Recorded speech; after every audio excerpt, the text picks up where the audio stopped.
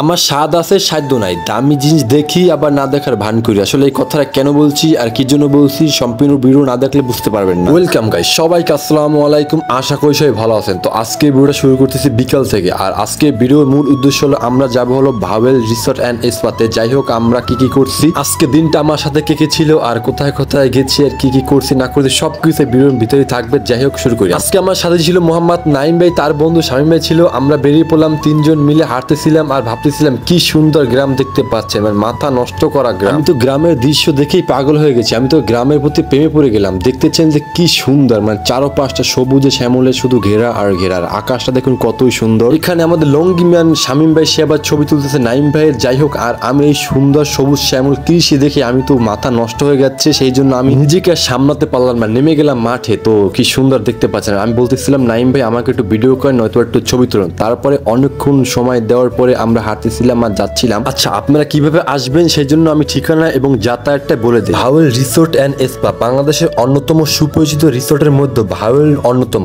গাজীপুরে অবস্থিত। এই রিসোর্টটি ঢাকার কাছে হওয়ায় অনেকের কাছে জনপ্রিয়তা লাভ করেছে। ঢাকা থেকে ময়মনসিংহে যে কোনো বাসে চড়ে আপনাদেরকে বাগির বাজার নেমে যেতে হবে। সেখান থেকে 20 মিনিট অটোতে ধরে আপনি সরাসরি যেতে পারবেন। চাইলে উবার ইন্টারসিটি আসা যাওয়া করতে পারবেন। যাই হোক গাইস, এতক্ষণ আপনাদের ঠিকানা এবং যাতায়াত বলছি, বলতে বলতে কিন্তু আমরা চলেই আসছি। দেখতে পাচ্ছেন আমরা 2 নম্বর গেটে চলে আসছি। এখানে কিন্তু অগ্রিম বুকিং করার প্রয়োজন আছে। আমরা তো কোনো বুকিং টুকিং কিছুই করি না, আমরা গরিব মানুষ। তাই তো লুকিয়ে লুকিয়ে ভিতরটা দেখানোর চেষ্টা করতেছিলাম। তারপরে কিন্তু আমরা হাঁটতে হাঁটতে চলে গেলাম 2 নম্বর গেট। এখানে লেখা আছে ভাওয়েল রিসোর্ট অ্যান্ড স্পা। এই দেখুন কি সুন্দর, আর আকাশটা মানে সত্যি কথা আবহাওয়াটা অনেক সুন্দর ছিল। যেহেতু ভিতরে যেতে পারিনি সেই জন্য বাহির থেকে আপনাদের সুন্দরতা দেখানোর চেষ্টা করে। দেখুন কত সুন্দর, মানে মাথা নষ্ট করা সুন্দর না, মানে প্রাকৃতিক সুন্দরতা কিন্তু মানুষের হৃদয়টাকে একেবারে শান্ত করে। যাই হোক গাইস, আমার কাছে যেটা নেই সেটা নিয়ে মন খারাপ করা কিছু নেই, আফসোস করার কিছু নাই। সেটা আসতে কিন্তু সময় লাগবে না ইনশাল্লাহ। আপনাদের ভালোবাসা থাকলে অবশ্যই আমি একদিন এইরকম রিসর্টের ভিতরে যে ভিডিও করতে পারবো, এমনকি থাকতেও পারবো। যাই হোক, ওরা কোনো বিষয় না।